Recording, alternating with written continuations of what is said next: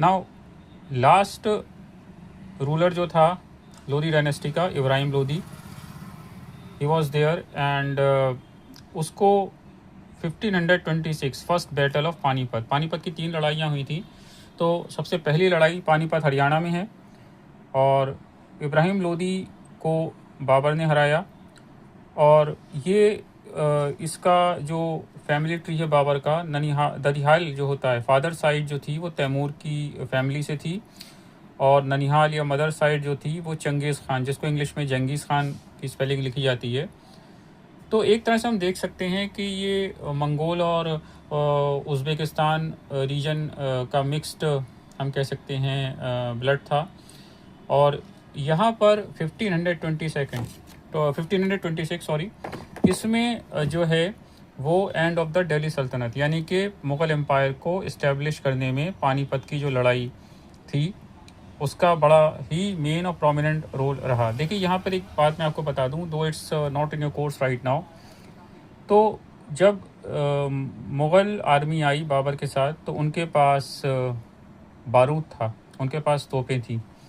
तो वेपन की साइड में तो वो थोड़ा बेटर थे, लेकिन उनका नंबर कम था। तो यहाँ पर मुग़ल आर्मी ने एक नई स्ट्रैटेजी, इसको तुलकमा स्ट्रैटेजी कहा गया, अगेंस्ट अ लार्ज आर्मी, उसको फॉलो किया।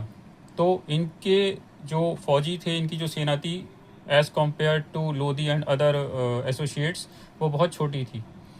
तो एक तो इनके पास तोपें और बारूद था, और दूसरा इन्होंने जो स्ट्रैटेजी अपनाई वॉर में वो काफ़ी इनको हेल्पफुल रही।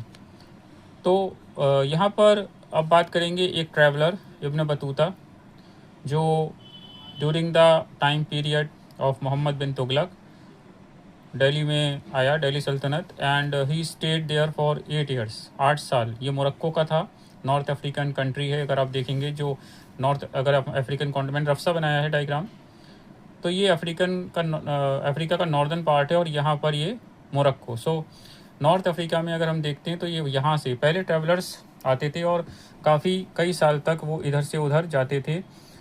एक इंटरेस्टिंग एस्पेक्ट है मार्को पोलो का। Marco Polo was an Italian, और वो दुनिया भर में घूमता था और उसने काफ़ी चीज़ें पता की, डिफरेंट एम्पायर्स।